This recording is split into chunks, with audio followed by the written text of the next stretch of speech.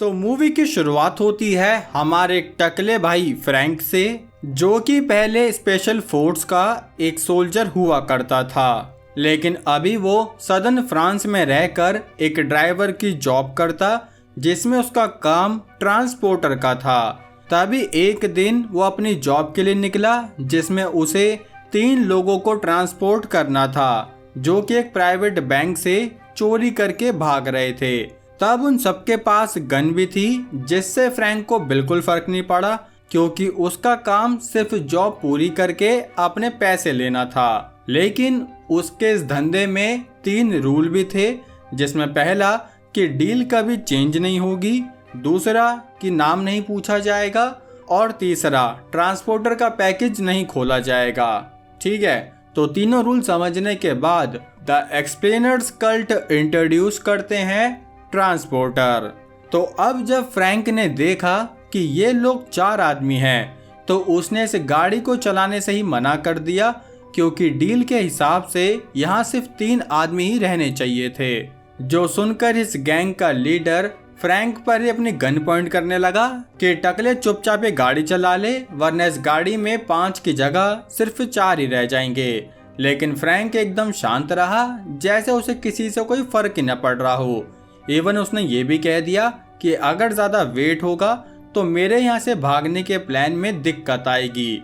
जिस बीच जैसे ही यहाँ पास में पुलिस आने लगी, तो तभी से गैंग के लीडर ने अपने एक साथी की आलू पूड़ी बांट दी कि चल बेटा, तेरा शेयर में ऊपर आके दे दूंगा। जो देखते ही फ्रैंक ने यहाँ से गाड़ी भगानी शुरू करी, जिसमें कि ऐसा लगा जैसे भाई कोई ट्रांसपोर्टर की मूवी में नहीं बल्कि धूम की शूटिंग में आया हो। खैर, तब छोटी छोटी गलियों में से बड़ी हैवी ड्राइविंग करके उसने तीनों चोरों को इनकी डेस्टिनेशन तक पहुंचा दिया, जो देखकर इनका लीडर काफी खुश हुआ। जिसके बाद उसने फ्रैंक को उसके पैसे भी दिए। साथ ही उसने पूछा कि क्या तुम मुझे एक आगे लोकेशन पर भी छोड़ सकते हो, जिस पर फ्रैंक ने मना कर दिया, क्योंकि ये डील पहले सेट ही नहीं हुई थी। इसलिए तब वो अपने पैसे लेकर वापस अपने घर पर चला गया, जहां वो फ्रेंच रिवेरा में रहता था। तब घर पहुंचते ही उसने सबसे पहले अपनी कार को साफ किया, जिसके बाद उसने लाइसेंस प्लेट भी बदल दी, जहां में पता चला कि उसके पास बहुत सारी लाइसेंस प्लेट है, फेक लाइसेंस प्लेट है, जिनकी मदद से वो अपने काम को अंजाम देता है। खैर, तो अब जॉब का टाइम पूरा करके वो अपने बाल सही करने अंदर आया, जहां उसने देखा कि टीवी पर उन रॉबर्ट्स की खबर आ रही है, जहां पुलिस ने उन रॉबर्ट्स को पकड़ लिया, क्योंकि वो किसी और ड्राइवर के साथ आगे भाग रहे थे। तभी यहाँ फ्रैंक के घर पर एक टोनी नाम का पुलिस इंस्पेक्टर आया, जो कि फ्रैंक से उसकी ब्लैक कलर की BMW के बारे में पूछने लगा, जो कि बिल्कुल वैसी ही लग रही थी जिसमें वो चोर भागे थे। तब फ्रैंक ने एक बहाना बना दिया, और साथ ही उस पुलिस इंस्पेक्टर के पास कोई सबूत भी नहीं था, जिसकी वजह से वो यहाँ से चला गया। तब उसके जाते ही फ्रैंक को एक नए क्लाइंट के पास से कॉल आई, जिसने उसकी सर्विस की डील साइन करने के लिए उसे एक बार में बुलाया, जहां इनकी ये डील साइन हुई कि अब फ्रैंक को एक 50 किलो का पैकेट अमेरिकन नागरिक डैरिन को डिलीवर करना है। तब फ्रैंक ने इस काम के $40,000 मांगे, जिसके लिए वो आदमी भी मान गया। जिसके अगले दिन ही इन लोगों ने फ्रैंक की कार में वो 50 किलो का पैकेट लोड किया, जिसके बाद फ्रैंक अपनी डिलीवरी के लिए निकल गया। अपनी डिलीवरी मतलब डिलीवरी करने निकल गया। खैर, तभी बीच रास्ते में उसका टायर फट गया, जहां उसने जब अपने टायर को बदलने का सोचा, तो तभी वो 50 किलो का पैकेट हिलने लगा, जो देखकर फ्रैंक ने अपना तीसरा रूल तोड़ दिया कि कोई पैकेट नहीं खोलना। लेकिन उसने तो ये पैकेट खोल दिया, जिसमें उसे एक चाइनीज वुमेन लाई मिली। तब उसे देखते ही फ्रैंक ने उसे थोड़ा पानी दिया, जिसके बाद उसने वापस से अपनी ड्राइविंग शुरू कर दी। लेकिन तब वो वुमेन कार में ही धक्का मुक्की करने लगी। इसलिए तब फ्रैंक ने उसके मुंह से पट्टी हटाकर पूछा कि आखिर तुम्हारी दिक्कत क्या है, जिस पर लाई ने बताया कि मुझे हल्का होना है। तब उसकी हालत को देखकर फ्रैंक उसे हल्का कराने ले गया, लेकिन जैसे ही उसने उसे अपनी गाड़ी से बाहर निकाला तो तभी लाई यहाँ से भागने लगी, जो देखकर फ्रैंक उसके पीछे भागने लगा कि पकड़ पकड़ ले पकड़ ले। खैर तब वो उसे पकड़कर जब वापस कार के पास लाया तो देखा कि यहाँ 2 पुलिस ऑफिसर उसका ऑलरेडी वेट कर रहे हैं, जिन्हें देखते ही फ्रैंक ने उन दोनों पुलिस ऑफिसर्स को उनकी रिश्वत दे दी, जो रिश्वत देकर उसने उन ऑफिसर्स को अपनी गाड़ी की डिग्गी में ही डाल दिया, और वो भी लाई के साथ। लक्की पुलिस ऑफिसर्स है भाई। खैर तब वो उन बेहोश ऑफिसर्स और लाई को लेकर अपनी डिलीवरी लोकेशन पर आया, जहां उसने लाई की डिलीवरी इस डैरेन नाम के आदमी को कर दी। तब डैरेन उससे पूछने लगा कि क्या तुमने पैकेज खोला था, जिस पर फ्रैंक ने ऑब्वियसली झूठ बोल दिया कि नहीं, जो सुनकर डैरेन ने फ्रैंक को एक और जॉब ऑफर करी कि तुम ये सूटकेस घर वापस जाते हुए डिलीवर कर देना, जिसके लिए फ्रैंक भी मान गया कि ठीक है कर दूंगा।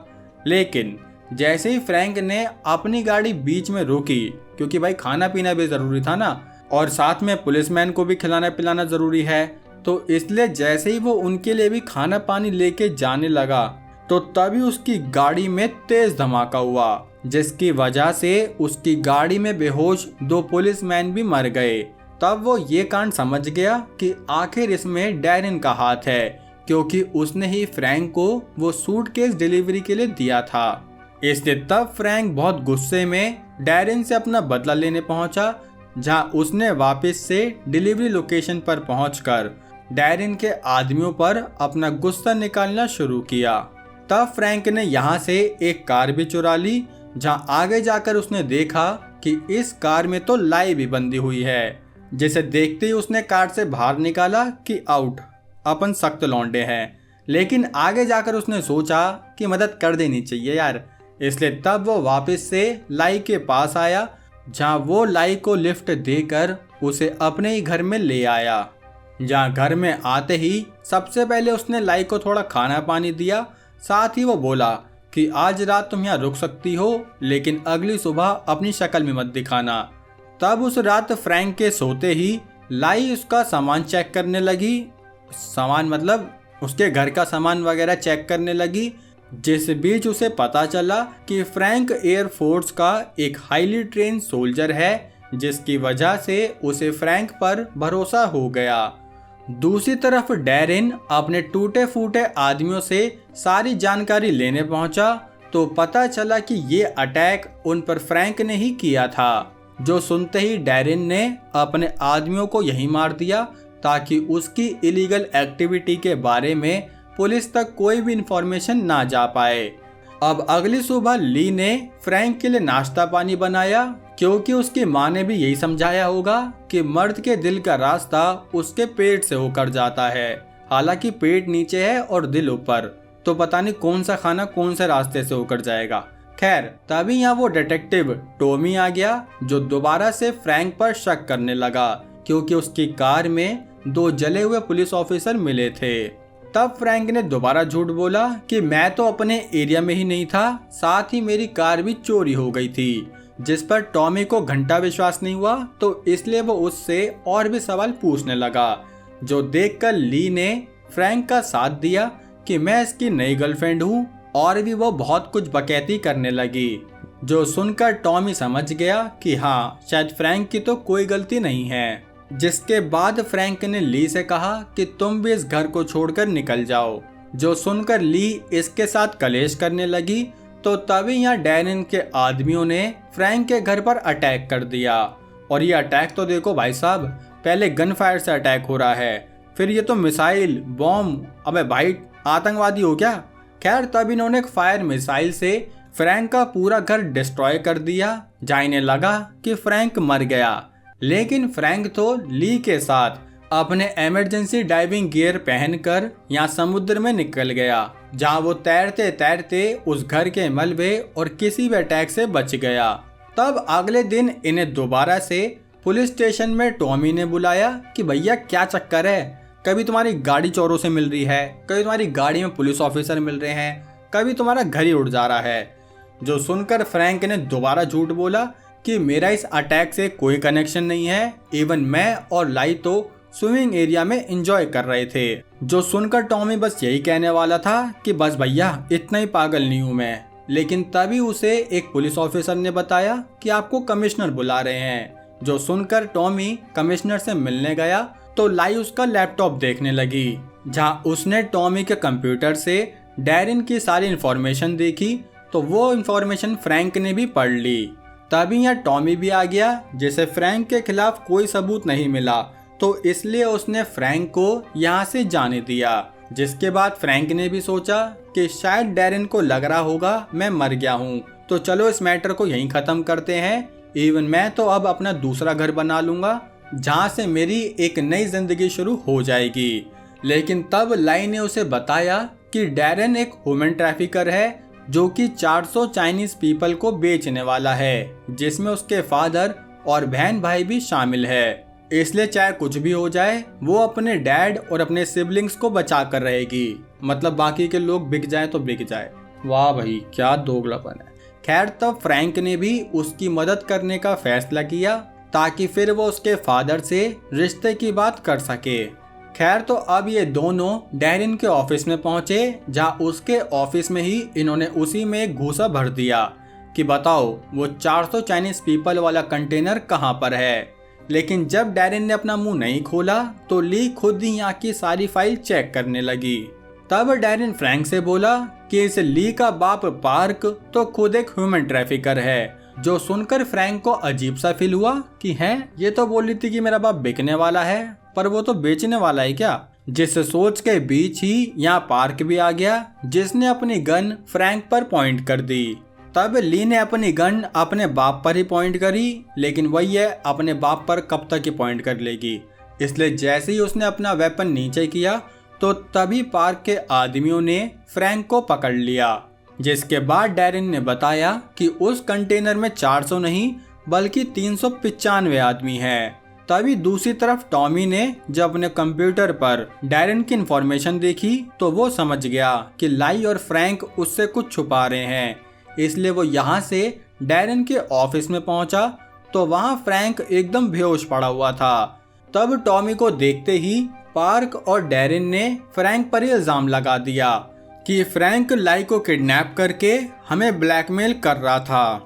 जो सुनकर टॉमी ने फ्रैंक को अरेस्ट करा के उसे जेल में डलवा दिया। तब जैसे ही फ्रैंक का देसी ठर्रे का असर खत्म हुआ तो उसने टॉमी को सारी बात बताई, और सारी मतलब सारी, चोरी वाली, गाड़ी में पुलिस वाली और वो लोग बेचने वाली भी।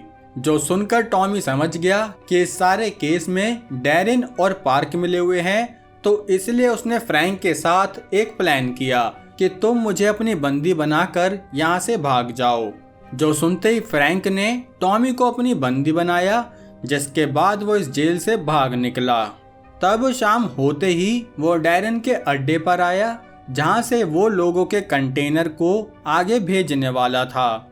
जिस बीच उसकी डैरिन के आदमियों से तगड़ी वाली फाइट भी होने लगी। तो तभी फ्रैंक उनसे फाइट करके उस ट्रक को रोकने के लिए कूद गया, लेकिन वो ट्रक को नहीं रोक पाया, क्योंकि यहाँ डैरिन और पार्क के आदमी एक साथ मिलकर फ्रैंक को रोक रहे थे। तब फ्रैंक की बहुत तगड़ी वाली और बहुत लंबी फाइट हुई, जिसकी वजह से वो ट्रक यहाँ से दूर चला गया। लेकिन हाँ, एट द एंड फ्रैंक इस फाइट को जीत गया।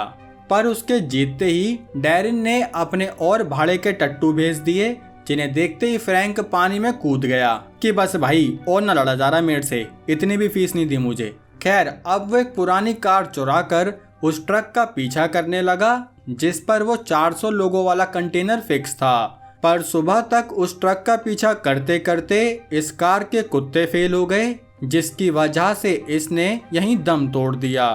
तब फ्रैंक ने एक छोटे प्लेन को उड़ते देखा, जो कि फार्म की तरफ जा रहा था। इसलिए तब वो उस प्लेन का पीछा करने लगा। जहाँ जैसे ही वो प्लेन लैंड हुआ तो उसने गन पॉइंट पर इस प्लेन को छीन लिया। फुल GTA वाइस सिटी चल रही है दोस्तों। खैर तब उसने पायलट को हाईवे के पास चलने के लिए कहा, जहाँ वो ट्रक 400 लोगों को लेकर जा रहा था। इसलिए जैसे ही प्लेन उस ट्रक के थोड़ा पास आया तो तभी फ्रैंक ने पैराशूट की मदद से इस ट्रक पर ही लैंडिंग ले ली, जिसके बाद उसने ड्राइवर को यहाँ से बाहर निकाला, जो देखकर डैरेन फ्रैंक को रोकने लगा। पर तब भी काफी लंबे फाइट सीन के बाद वो फ्रैंक को नहीं रोक पाया। उल्टा फ्रैंक ने ही डैरेन को इस ट्रक से फेंक दिया, जिसके बाद वो इस ट्रक का पूरा कंट्रोल लेते हुए उसे एक सेफ जगह पर ले आया। लेकिन ये सेफ जगह खुद उसके लिए अनसेफ निकली, क्योंकि यहाँ पार्क ने उस पर ही गन पॉइंट कर दी। जिसके बाद वो उसे एक खाई के पास लाया कि बेटा तू तो मरी जा, वरना तू ली को भी लेके जाएगा और इन 400 लोगों को भी। लेकिन तभी यहाँ ली भी आ गई, जिसने खुद ही अपने पापा को उड़ा दिया। पापा की परी है, पापा को उड़ा दिया। खैर तभी यहाँ इंस्पेक्टर टॉमी भी पुलिस को लेकर आ गया, जिन्होंने उन 400 लोगों को इस कंटेनर से बाहर निकाल लिया। जिसके बाद इन्होंने फ्रैंक को बधाई दी कि उसने इस काम को पूरा कर लिया। ओ अच्छा, काम के लिए बधाई दे रहे हैं, मुझे लगा ली की। खैर मूवी कैसी लगी दोस्तों, लाइक कमेंट करके जरूर बताना। और हाँ, इस मूवी का अगला पार्ट भी है, तो अगर वो देखना चाहोगे तो कमेंट कर देना, मैं ले आऊँगा। बाकी चैनल पर नए हो मेरे भाई तो सब्सक्राइब कर लो। और इसी के साथ अब हम मिलेंगे हमारी अगली वीडियो में, तब तक के लिए जय हिंद।